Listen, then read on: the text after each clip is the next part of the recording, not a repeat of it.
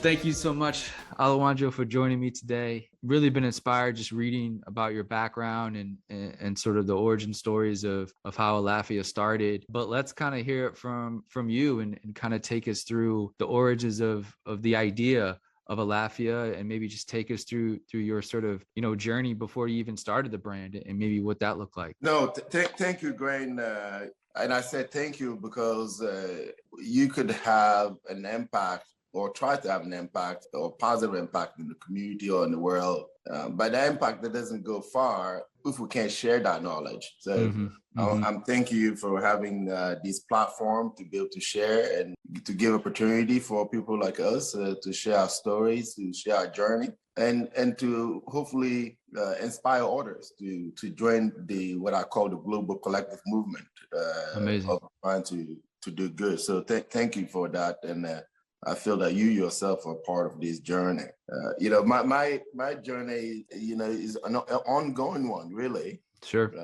I grew up in a very small border town that's right next to Benin. So if you know West Africa, or if you know Africa in general, you know that the borders in some ways are artificial.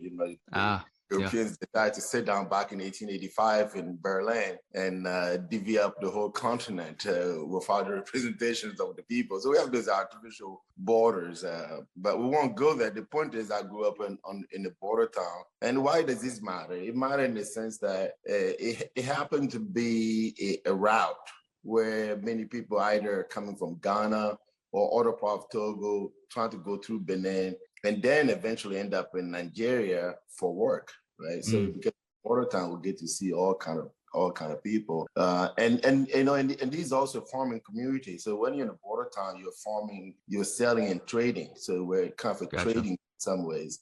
So I grew up in a farm. We're farmers, and why is this related, connect to the border? Is that's where I got to witness what I call the humble beginnings, right? Where I thought I was poor. And don't get me wrong, we grew up in these 8x10 room with 8 siblings, and my father has 42 children.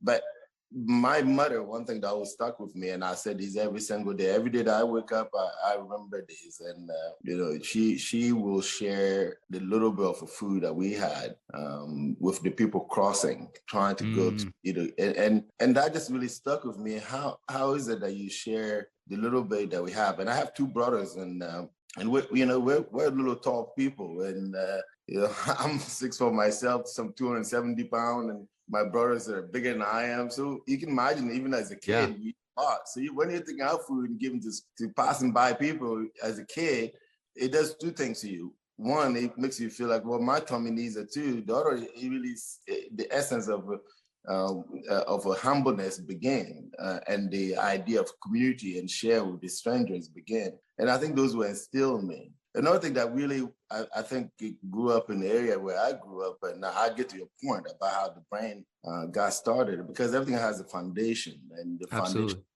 within your soul, I learned the importance of our cultural heritage through my mother. Obviously things that we farm, the knowledge of farming in the traditional manner, but even things that we wear. You can even see me today. I wear my colors, He made us feel comfortable. In fact, I didn't even go to a regular doctor until I was about 16 years old. We used traditional herbs and medicines, in part because we were poor, we couldn't afford it, and also in part because she believed that those traditional herbs are important. What I'm trying to say is that she instilled these important knowledge of indigenous way of being. So I acquired that with a sense of humility in the way in which she engaged with the community. And I want to tell you, my mother was she was what you would call almost a slave, really, an indentured servant. She lost both of her parents and ended up in Benin, where she worked in exchange for food, and came back to to Togo, where I'm from, and married my father. She is a pretty rough life that she have lived, and that's how she ended up having all 8 of us, because she never wanted to be alone, because she has she lost both of her parents. So fast forward, I met Rose, who was a Peace Corps volunteer and an agricultural Peace Corps volunteer in my village, which is really interesting, right? there's a young girl from America coming to teach us on how to farm, but we're farmers.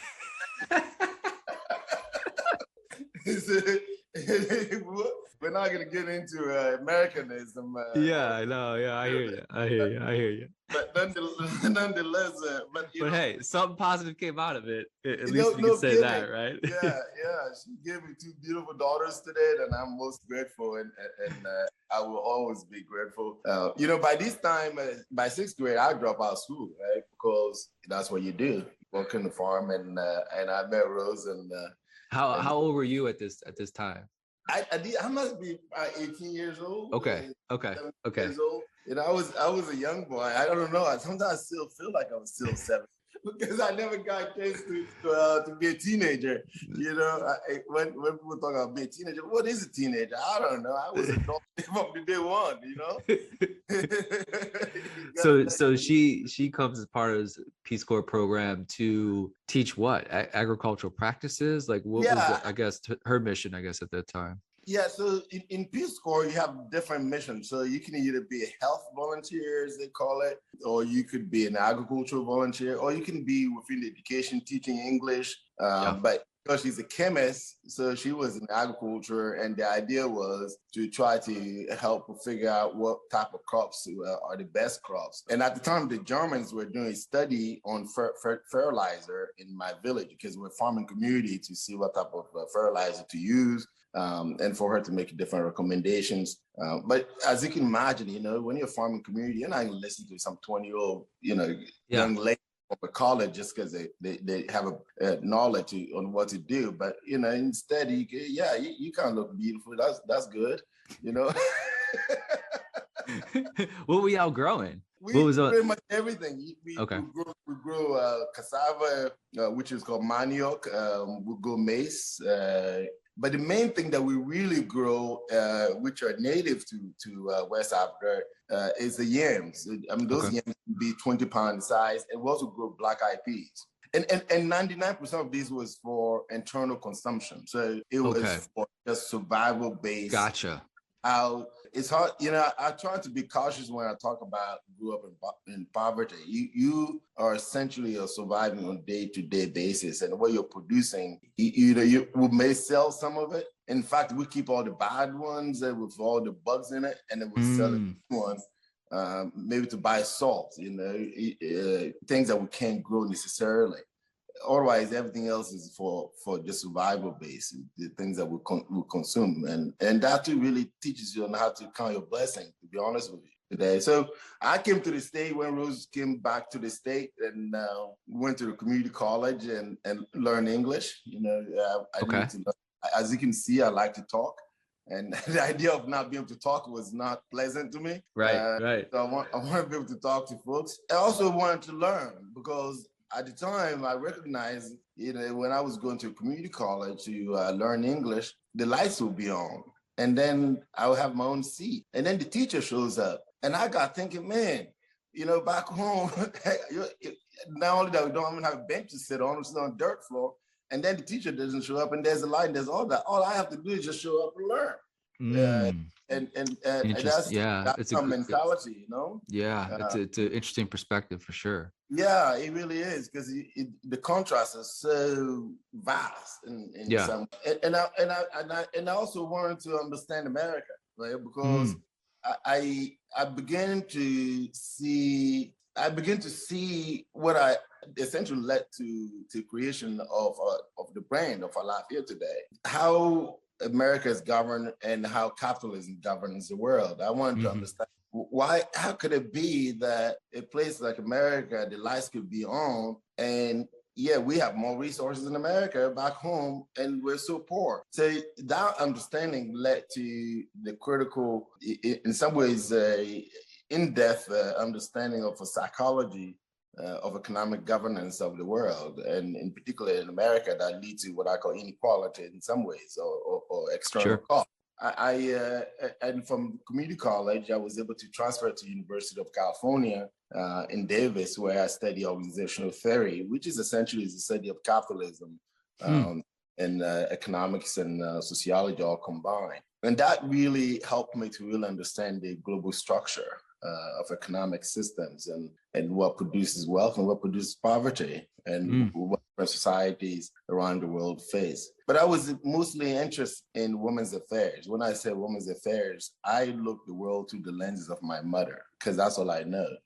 She made sure we see the world through her eyes. And to this day, she has passed away, but I still see the world that way. By the time I finished at UC Davis, I really thought that, okay, what am I going to do as a person? And I'm just telling you, Grant, is that you may be young, but at one point in your life, you ask yourself, what are you going to do? What are you going to do, in the sense that it's very clear that where I came from, things aren't right. It is also very clear that I can see that while something may be okay in America, there's global inequality. And I also can see that something's not working, right? Why is it that poverty and gender inequality continue to be just, I look again, the way in which I grew up. Why? Clearly, the idea of so-called aid, I'm not saying aid is a good thing. There are times where we should aid others. There are times where we should provide food. But I feel like Africans didn't need food bags. Africans didn't need handout.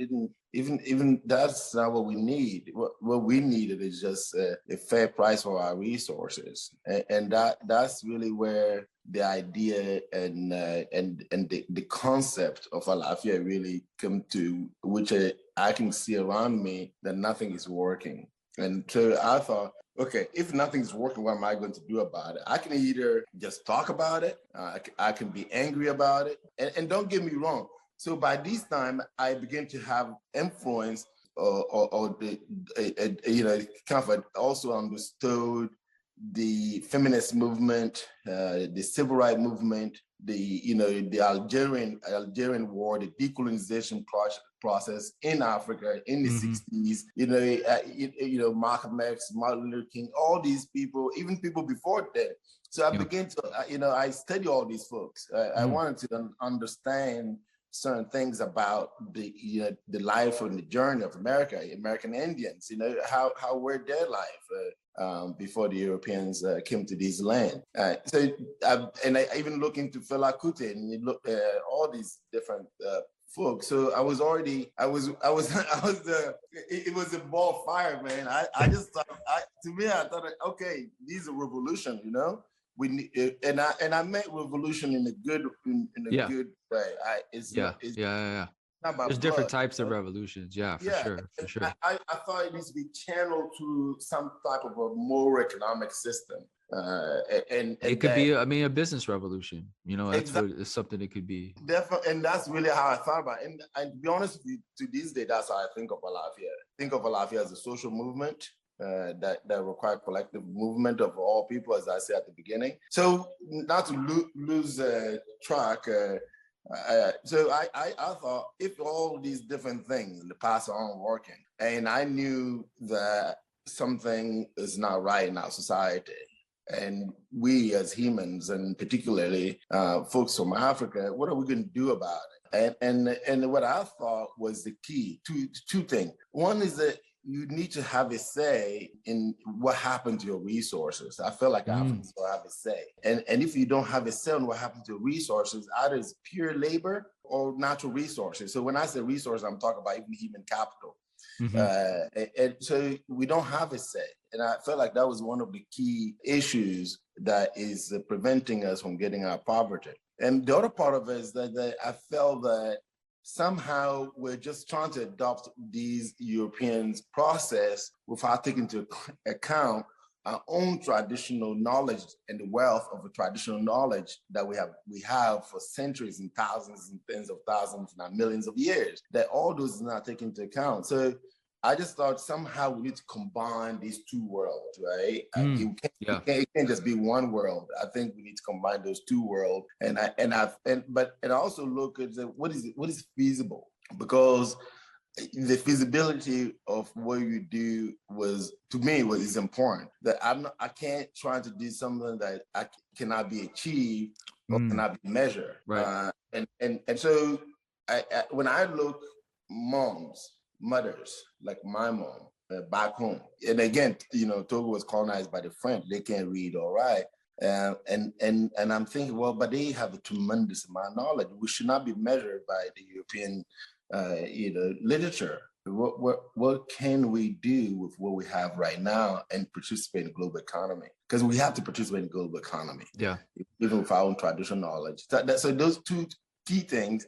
And I felt too that the idea of gender equality, in my view, there's many ways to achieve it. But in my view, I felt that economic establishment to women that are most disadvantaged is a step toward that. You cannot hand somebody just equality over their neck. And so you have to give them jobs that make sense. And from there, they can determine what they want to do. I mean, I look at my own life, and if my mother was able to have just one more penny, we didn't make $1 a day when I was growing up. All this combined, what I want to say is that I thought that revolution is to create an enterprise that essentially will help to mobilize the resources in West Africa, and particularly in my own country, and then put those in the market. But the real goal is how do we mobilize those resources, and the outcome of the mobilizations of those resources can be reinvested back into the community, because that too is about equilibrium, right? It's essentially what I was trying to do is a model. One model is let's use the knowledge and the resource that we have. And the second part, how do we reinvest that so that the future generations and children like myself at the time won't drop out of school? It's really simple model, really. Yeah. But to do it with morality, now it's cool to say, hey, I have a cause. I have these. Alaffia is the cause, right? We essentially sell product to finance the cause, because any revolution needs to be financed. Yeah. Yep. You need to pay for it. I mean, look, all the bloody diamonds and everything. Even wars, anything needs to be paid for.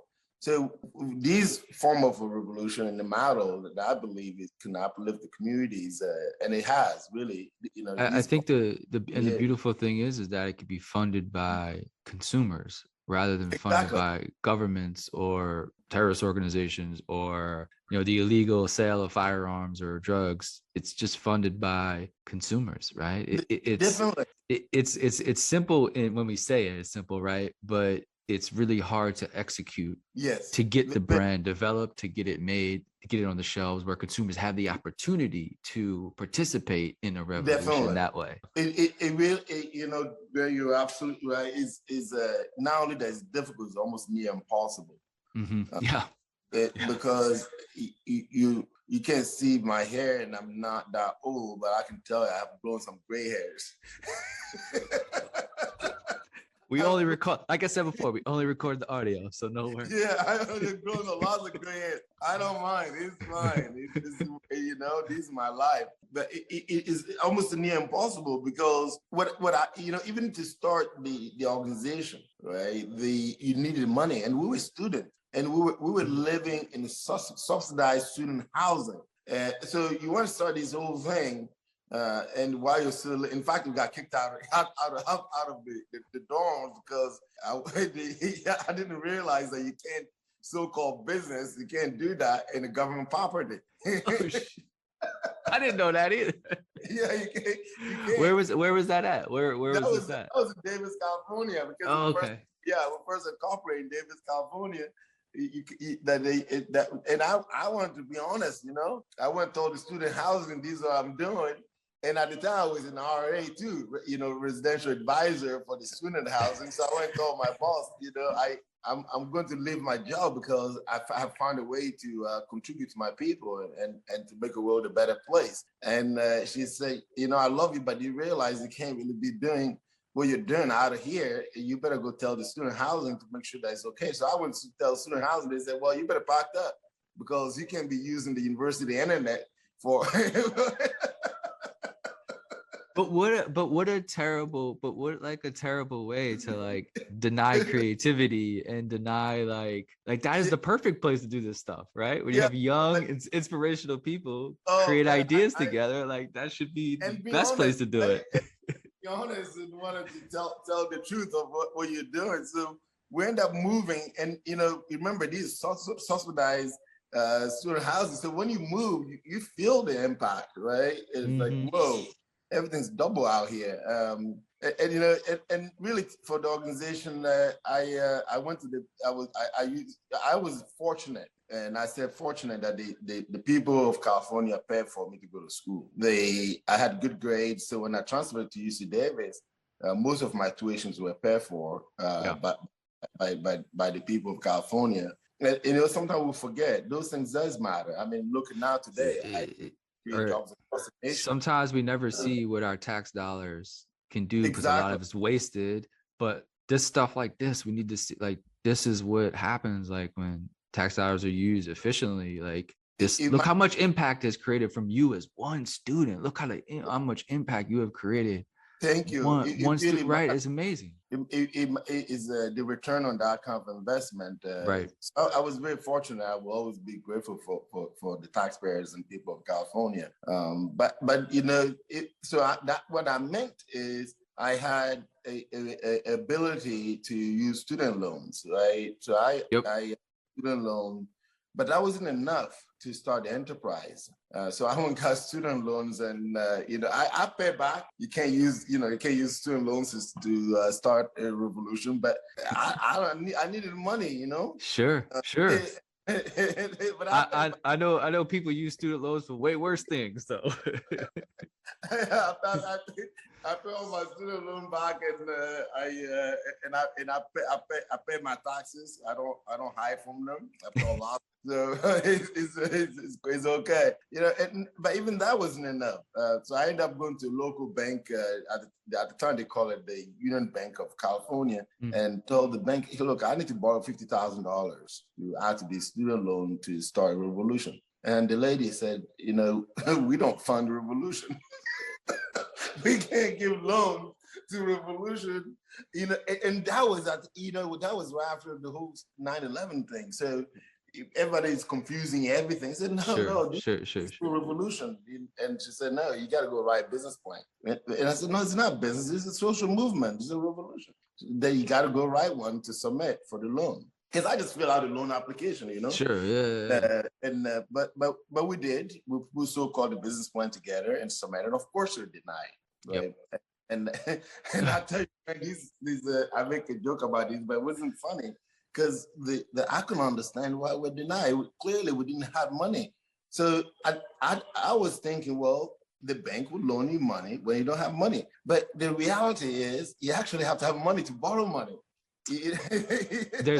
But that goes back to sort of inequality hits in different ways. We always think of if it's just simply being inequality of income and all these other things, but also just the inequality of opportunity. Yes. The ability to do something that you want to do. You don't even have the power to do that, right? You wouldn't even have the power to have somebody believe in you. It's so weird, man. It's such a weird system. It's such a weird system. And it's going on even today, right? We as humans, we have a long way to go.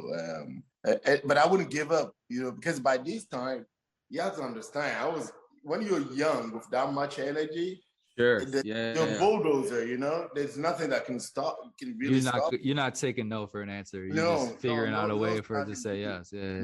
Absolutely.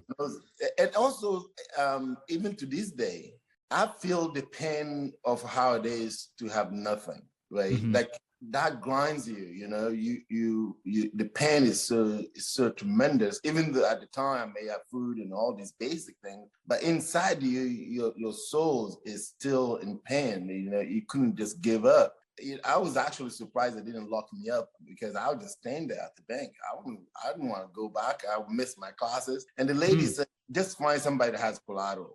And at the time, Rose's brother had a house in Oakland, California. So when Davis, Oakland, California is by San Francisco, so it's not that far. So I went to him and I told him straight out, word for word, the whole future of Africa lies on your shoulder. No pressure. All you have to do is just sign right here and back up this loan of $50,000. And bless his heart, Sebastian. So how you can pay back, because at this time we haven't created a single product, nor that we haven't started cooperative. We haven't even started anything. It's just an idea. It's an idea. It's an idea that we just need money to go start. And I said, look, I promise you, if I'll pay back. If this doesn't work, I'll get a job. You can draw it directly from my income, but I'll get a job because I know I'll get a job. I think the worst comes to worst, I clean Sure. bathrooms. That's the first thing I did. Came to the US, clean bathrooms, and so I knew that there's a way to fall back on. And and he and I will always be great. I have so many people to be grateful for. And Sebastian signed, and we got the $50,000, and that was in the summer of 2003. So I was still in school. I still had one more year left to finish my degree. So we started, and we had a baby at the same time too. Wow. So I was just doing all of it once. So you wanted to make it double hard. You Oh, said, I want to start a revolution yeah. and have a Quit kid. my job, and then go home and then start. Long story short, I just went back but there were core principles of Alaffia, and those principles that we must be a majority woman. And the critical and most important principle is that we have to have at least 80% of ethnic inclusion within the organization. And when I say ethnic inclusion, Togo has about 40 different ethnicities. And there's ethnicity that end up and typically rules the country, doesn't make everybody inclusive. Even though we're so-called we're all African, but I think inclusion. I wanted to have an organization that by de facto, you don't have the actions of the organization will speak for itself. Right.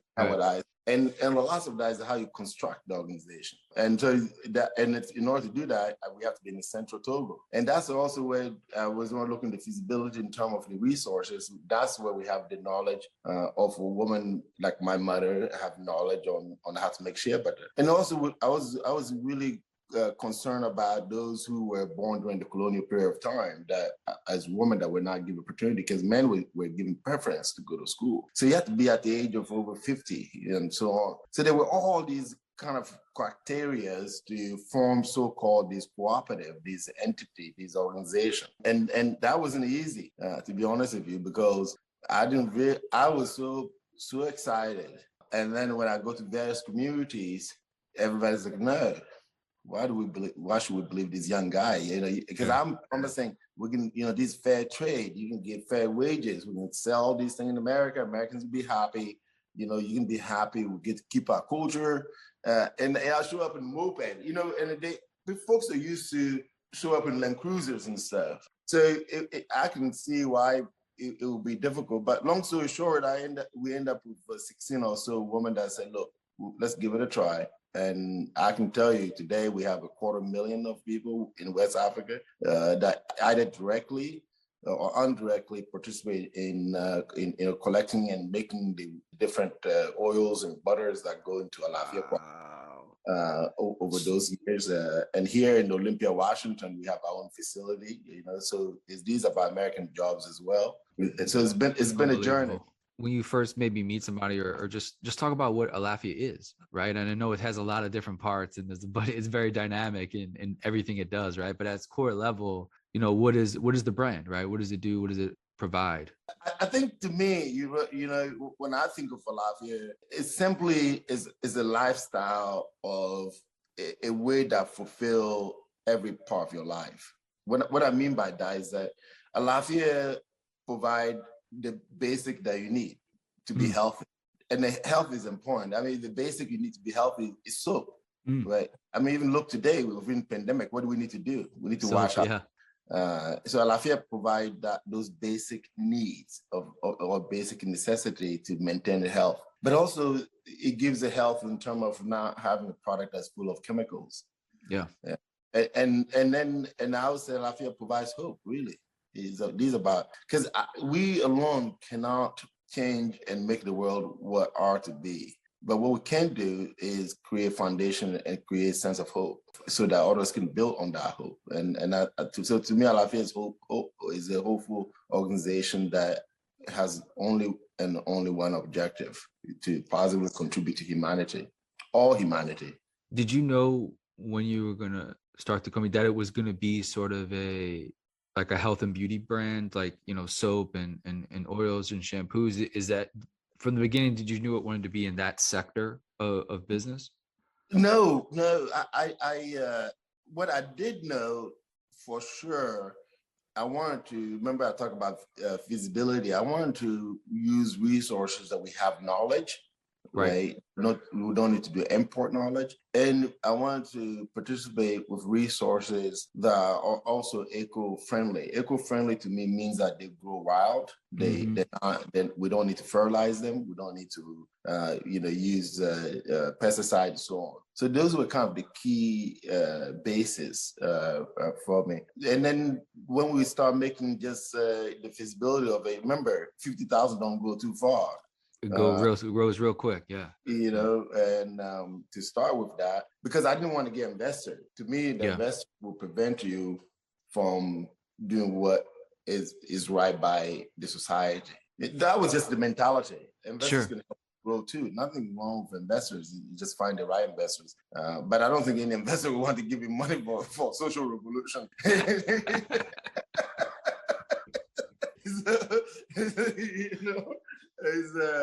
But I was that was really the thought.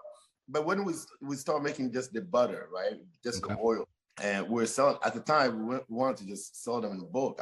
I couldn't imagine making a shampoo. Shampoos are a little complex. Conditioners are complex. Lotions are complex. But oils themselves are not complex. They don't need preservative. They don't need anything. So we're just selling just the oils. But I knew quickly that was very unstable. So within 1 year into it, I quickly, because you have to remember, I cannot fail. I made promises to women back home. That's what we had to go to the library, and get a book on how to make lotion. We had to make soap and we know how to make soap traditionally, the black soap. Here in America, in our garage. By that time, we moved to Olympia, Washington, and live in this mobile home and using the garage as a place. And I just go to the street fairs, and from the fairs, so we can add some lavenders and patchouli to this. That sounds good. That's some hippie product here. Let's do that. And learning with Rose as we go, and start going to local stores. Our local co-ops are the backbone of Alaffia today. These small pot stores are the backbone, and go to chain stores, and then step by step, go into Whole Food and build from there. Then we're one, either number 2 or number 3 or sometimes number 1 brand within the Whole Foods market nationwide today. But it's just step by step, and so the lotions and the shampoo and personal care became because of survival, because of necessity, and knowing that just selling raw oils are not stable enough to maintain the promises that I made back home. I had to go to the finished product. But to be honest with you, the margins or the money is in the finished product, is not. And if you need to fund, remember the part of the model is to fund the future. And in order to fund the future, you have to invest today. You need money to do all of that. And when you sell finished product, there's more money into it than when you just sell raw material. When you first started and you went to the women, right? And you said, hey, we actually got, money, let's start making things. How many women were we talking about then? And now how many sort of women are we talking about now? So I visit with, remember I wanted to do ethnic inclusion, right? So I visit hundreds and hundreds of different communities, but only 16 at a time, these 18 years ago, have agreed to participate. Because you have to look at it from their perspective. Throughout their whole life, they've been lied to, right? It was first slavery, and it was colonialism, and we have all our leaders that is very hard to trust today. So when somebody shows up, a young boy shows up and says, "Look, I'm gonna make your life better," it's just hard to believe the person. But I didn't see it. I didn't see it that way. I didn't give up. So it was about 16, and today collectively, because we work in more than one country, there's 250,000 of people in West Africa that depend on Alaffia today. Wow, incredible, bro. That's insane to think about, right? I mean, you have to build, right? And you can't give up. I'm always looking at branding as very important. Right. And your branding is beautiful at this point, but I'm sure along the way it has gotten to this point where it's at now. So when you were sort of early on, like you said, making those jars, selling them at the street market, how did you go? Like, was there any labels on them at that point? And then like at what point in the system you're like, okay, we need to make like labels, have colors, like have our Yeah. like, Well, those little things I matter, like you know, you don't think about it so much. I was like colors, but at the time I didn't even understand FDA. I only understood FDA because FDA controls personal care Yes. too, body Yeah. care. Like just like drugs, but we had our own inkjet printer, and I didn't know what UPCs meant, and when we did understand the UPCs, we will print the same UPC for the same product, so the product two different senses. Right. They're scanning, in the store as the same, but they're different. It was a learning, but you have to understand we didn't even have so-called branding. I mean, this idea of branding was what is branding? To me, I have product and I have a mission, and I got to fund my mission. I got to sell the product, and to be honest with you, it wasn't even 2 years ago that Alaffia has a so-called a marketing department. We were just going, man. We were just going, and it's a lot of learning. So at the beginning, we just print the label and put a name of what it is on it. Wait. I wanted to go back what you said about getting in stores, because I think when I talk to a lot of founders and just individuals in general want to create brands, right? And they want to get in, and you could sell online, right? That's a big direct to consumer is big now, right? But it's still so valuable to getting these Whole Foods or getting these retail locations. Talk about that process and what that was like to go from the farmer's market selling it to then being in Whole Foods, right? Like, how difficult was that? Was that like, what was that process like?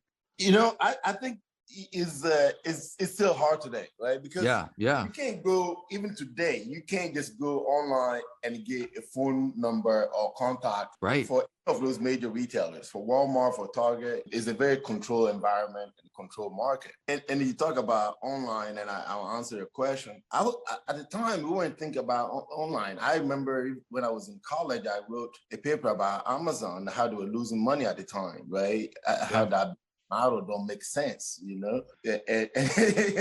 so the whole e-commerce thing was not a thing. But what I did, and you have to remember, it was really important for me the Alaffia product are in the store, a physical, right? And what I meant by that is that I wanted to show the world that African-based ingredients, African knowledge can compete at the same level as, even better than the European product.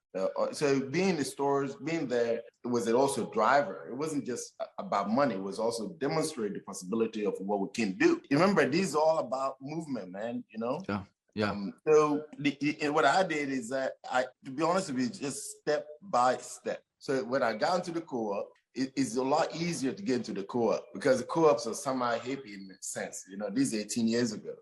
And when your product is true, you can tell that this is a healthy product. And not only that, I was doing myself. I was doing the selling. And I can say, look, I know where it come from. I know the community where it come from.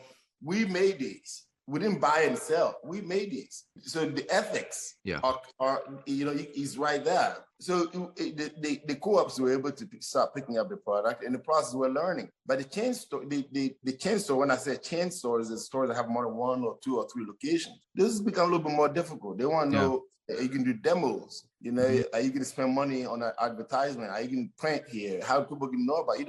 Nobody knows the name. Why would I want to sell something that the community doesn't know about? So I said, look, I can't pay money for anything, but what I can do, I can be there in person. Everybody that walks in that store, I can put a lotion or I can put a butter on their hand, they can feel it. It was literally like that. And I would just be on the road, man.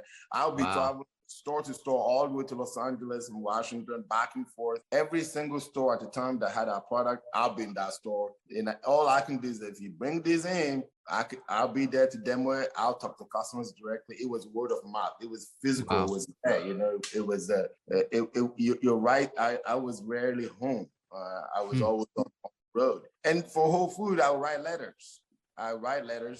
And then we start having brokers, and I write letters, and I write honest, true letters. This is why I'm doing this. This is why I think you should carry these. And I remember, Whole Foods divided in 11 different regions. You could go to global or you can go to the region. Of course, we didn't have the muscle to go to global, so we went to the region. And in the regional, we were denied.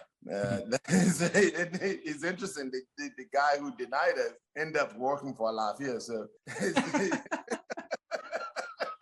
he said our labels look ugly, back to the brand. Yeah, back to the branding. Now that's what I'm saying. It's not a problem. I mean, brand said our labels look ugly. Let's look up to the standards, and he all of that. So what do I do? The next year I try to improve. The next year I try to, because we're designing these ourselves. We can't pay designers, right? And we didn't even have a so-called brand book. So what do you design to? To nothing. You design blindly. Yeah. Yeah. And then a different lady who also today works for Alaffia. It wasn't by design. That's great. She's been with us for the last 10 years or so, and she's give it a chance. But we'll do what's called optional approval. Approval at the time of the Whole Food means that we can put it in the system, but you have to sell it to individual stores. Gotcha. So at the time, individual stores made their own decision. So Whole Food, as you know, a lot has changed.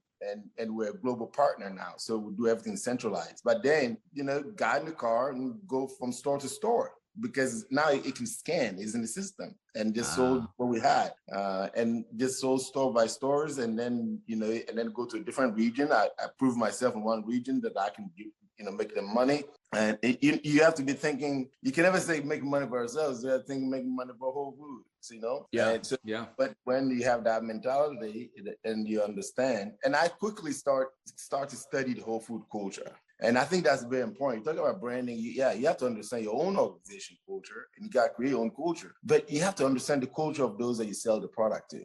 Right? Those who buy a product, how they're organized, how do they treat their people, and the psychology behind the founders of those enterprises, what governs them, what matters the most to them. So all those were very important. How do you create loyalty? How do they know that you care about it? Because you have to align with their values as well, and you have your own values. Yeah. So you couldn't just go and just sell to just anybody, because you got to maintain the integrity of your own value.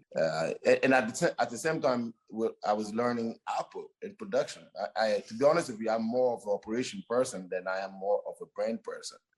I can produce, I can organize and produce things, and now I'm learning how to think, to think and operate in a brand mentality. So that's and from there, from region to region, and eventually in 2008, there was a time where the economic crisis were happening, and I went to Whole Food Global in Austin and said, "Hey guys, look, the Lehman Brothers and all these big banks are failing. Everybody, the world's chaos, man. Let me make a product for you that's cheap," because there's a simplicity and that I think we're overlooked. When the economy is bad, when Americans are panicking, what do? They want to buy cheap product. They don't want to spend too much money, even though everything's okay. They want so like, look, I create a product, and we can come up and sell you you can retail $9.99 32-ounce lotion and shampoo. At the time, the cheapest lotion in Whole Food was about $18. So when I offer that to you, we will make zero money. All I care about is keeping the mission going, keeping the ladies going.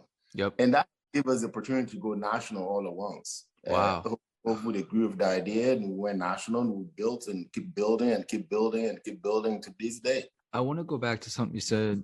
You mentioned fair trade earlier, and there's so many different thoughts on fair trade, but I want to get your perspective on it, and maybe what it has brought to the community that you see it affects, and maybe what are the positive benefits of fair trade. So when a consumer looks at that, they kind of understand what that means versus a company or brand who doesn't do it that way. Maybe just talk a little bit about fair trade, and maybe the positive aspects of it, and maybe some of the negatives, maybe what can be improved. First, with Alaffia, we don't lead with fair trade, and the reason why I say that is that fair trade alone cannot move the needle the way that I need the needle to move. Mm-hmm.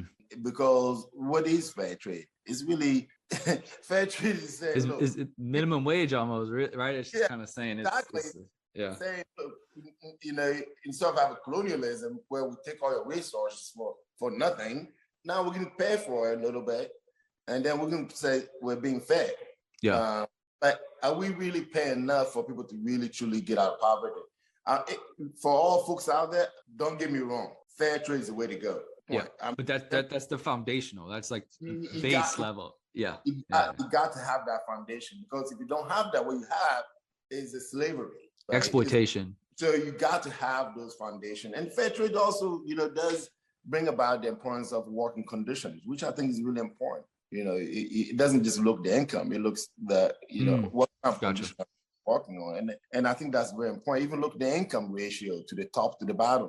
All of that is important. It's not just being fair; you have to be fair trade certified. I think that people are to think about, right? Anybody can claim fair trade. Anybody can say I'm fair. Is it certified? That's what we need to look at. And and for us, we employ fair trade because it is part of the model. It's not the only key ingredient of the model. It's just part of the model. But the other aspect of it, in personal care, there's not very much fair trade.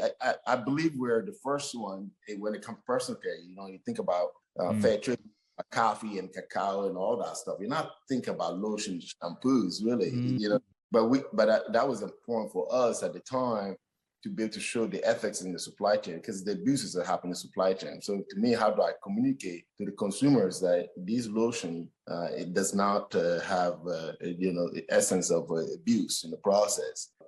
But I think if I were to criticize any form of, the concept of fair trade, is that the certifying bodies are not in Africa. I'm talking about Africa, right? Because different countries may be different. Yes, they have the officers and the inspectors on the ground are Africans and so on and so forth. But the owners of those certifying bodies are not in Africa. And I think that's a problem. I think that to certify, resources come from a place that you got to be on the ground. The owner, because the rules needs to be developed in accordance to the society. And when the rules have been designed in Europe, they don't always take into consideration the social norms. I'll give you one little example, even with us. Yeah. With Alaffia, when we first had our fair trade inspection, the one thing is, well, you can't have your woman bring their babies to work, right? By European standards, you can't bring your babies to work because that's child labor, or you bring children. But for our model, why should we deny a mother to have a baby, to have the baby to have her food or his milk when he needs to? Why do we want to physically separate a mother, for the love it has for the baby just because the mother wants to work? Of course, it has to be a condition where it's safe for the baby. And also, and we couldn't do that. To this day, we can't actually. It was forbidden to do that. But at the beginning, I was like, bring your baby. We even have the whole daycare. The whole thing was working. It was working just fine. The moms can bring their baby. But also, we were just wearing our colors, wearing our traditional outfits, the traditional setting. And one of the recommendations was, well, we have to have uniforms in these. That one, I stood up. I said, definitely not. Right? You can certify us, or you can pack up, go back to Europe, because we're not going to compromise on our culture and give up our color.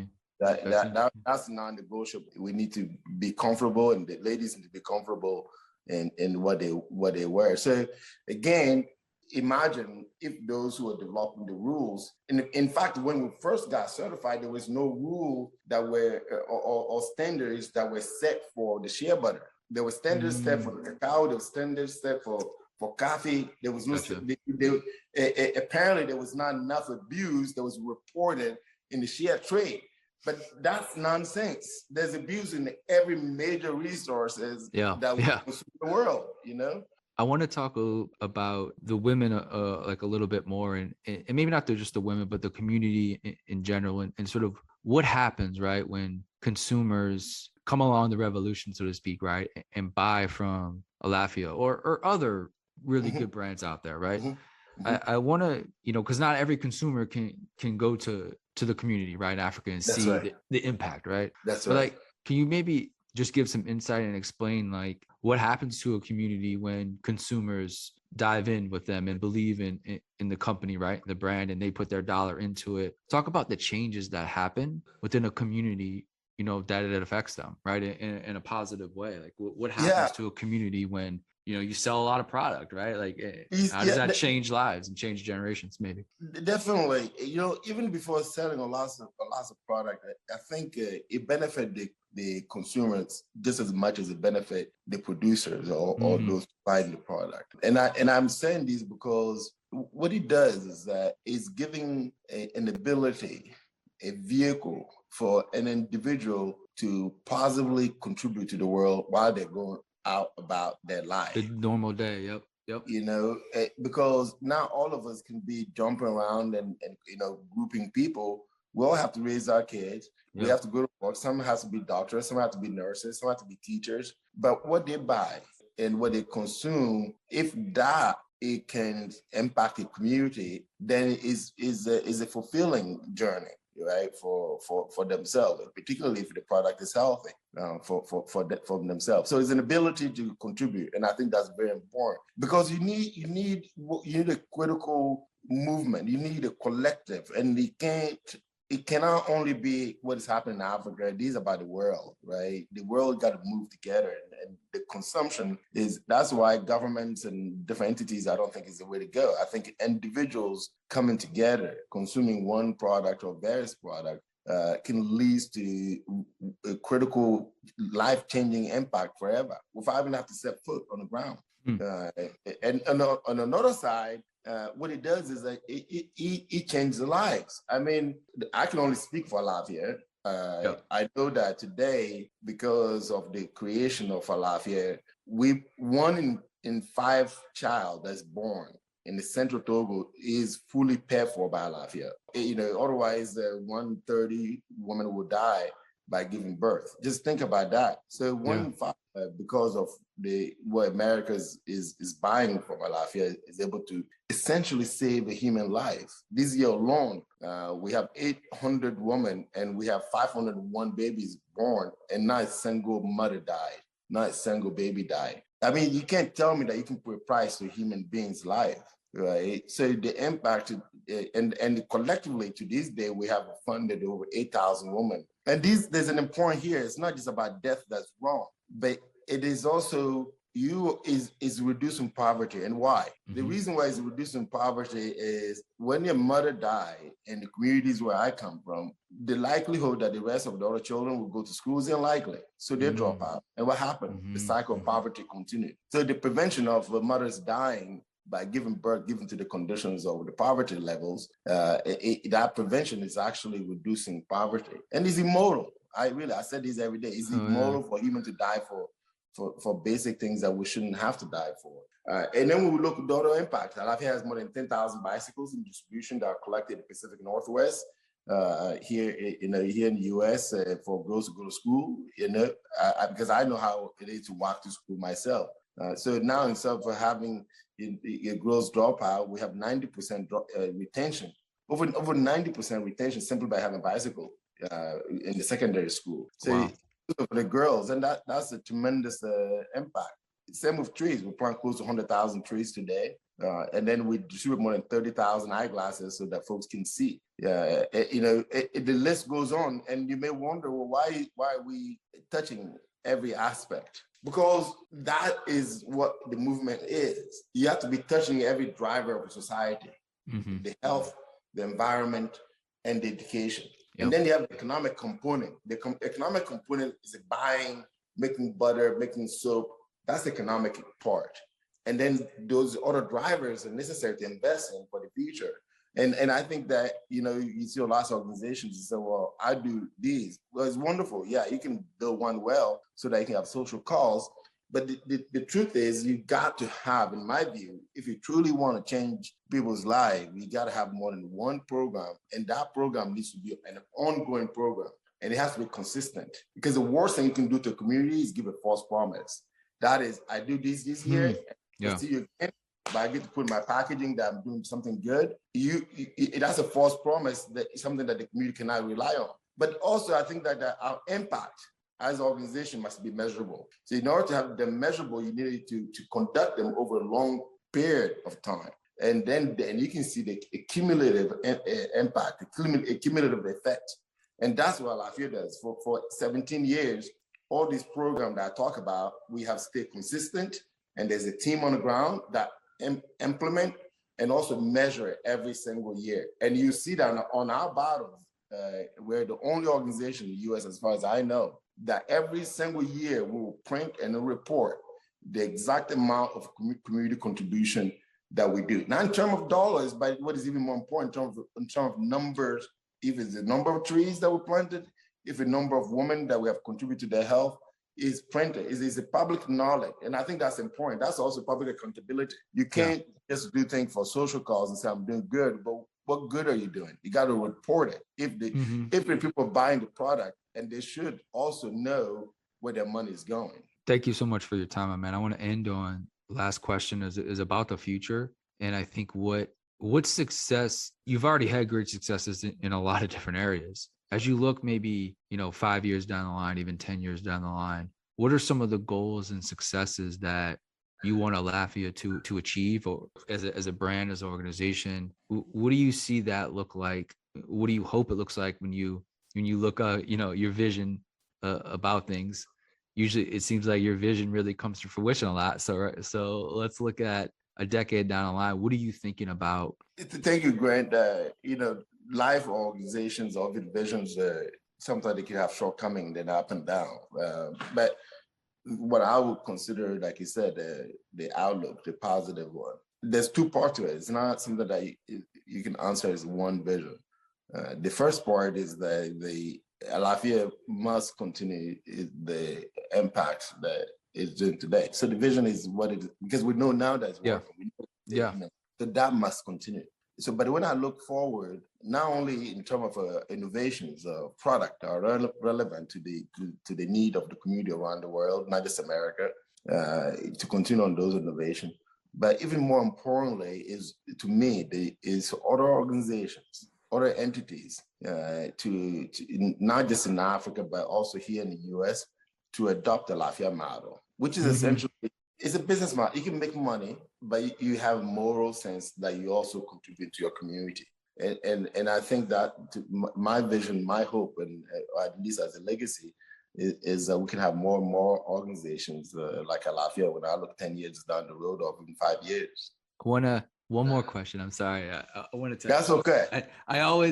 I think about when we talk about the American consumer, right? We talk about the European consumer. What about sort of the African consumer, right? Do people in Africa like the brand as well, right? You always look at like you're selling the story and the vision to American consumers, right, or other consumers, but like, does it resonate with African consumers, right? Does it resonate there? Certainly, and one thing that we can begin doing next year is actually distributing a Alaffia product within the continent. Wow. But that's just the product. But Alaffia is consumed in two different ways. I'm talking about real consumption. So in America, Australia, and South Korea, other places that we're very strong, the consumption of Alaffia is really about, here's a product that's healthy for me, that's doing good in the world. But today, within the West Africa, the consumption of Alaffia is more psychological. It's more of it represents a sense of hope. It's been consumed. We can use our indigenous ways to be part of global market. That's okay. We can make our own product, and then we can invest and build schools ourselves. Right? It is a psychological consumption of hope. That is what Alaffia represents within the West Africa, not the actual tangible product, because we're demonstrating that it's possible. Well, I appreciate it so much, my man, for taking the time. This was a beautiful conversation, and I love hearing, the stories of business, right? The stories of like how we look at capitalism different, and how it can be done differently. Yeah. It's not all evil of capitalism, which that part does exist, right? But there's this whole other part that is sort of being missed that the opportunity of, if we have visionaries like you and others, Thank you. look at it differently, of the power in it. Think about what we just said. Like, a consumer in Olympia, Washington can buy a product off a shelf that could impact a life in West Africa. Definitely. Right? Like, that's insane, right? That's incredible. That's a But great it's possible. thing. That's what I'm saying. It's so possible, and it's being done, man. And it just, I just love it, man. This is what it's all Thank about, you. right? Thank you, and that's where it should be. And I said these at the beginning, and I'm going to say again, to also thank you for, to give us the opportunity to express what we stand for, what we're trying to do. It's not an easy journey, and you bring the world together. We need that too. We need a group. We need to glue all these together. So thank you for doing that. And for folks out there that are listening, is also to say that it's not an easy journey. But that doesn't mean that you cannot do it. If you have an idea, you should do it. You should explore it, but let it come from your heart. Because once it's coming from your heart, there's nothing that can stop you. You can't fail. You can only learn when it comes from your heart, man. So thank you for the inspiration, man, and best of luck. Thank you. Next year, and the next decade, the next 50 years, my man. Just keep the vision alive and keep grinding. Appreciate it. Thank you. I'll be grinding. There's no doubt about that.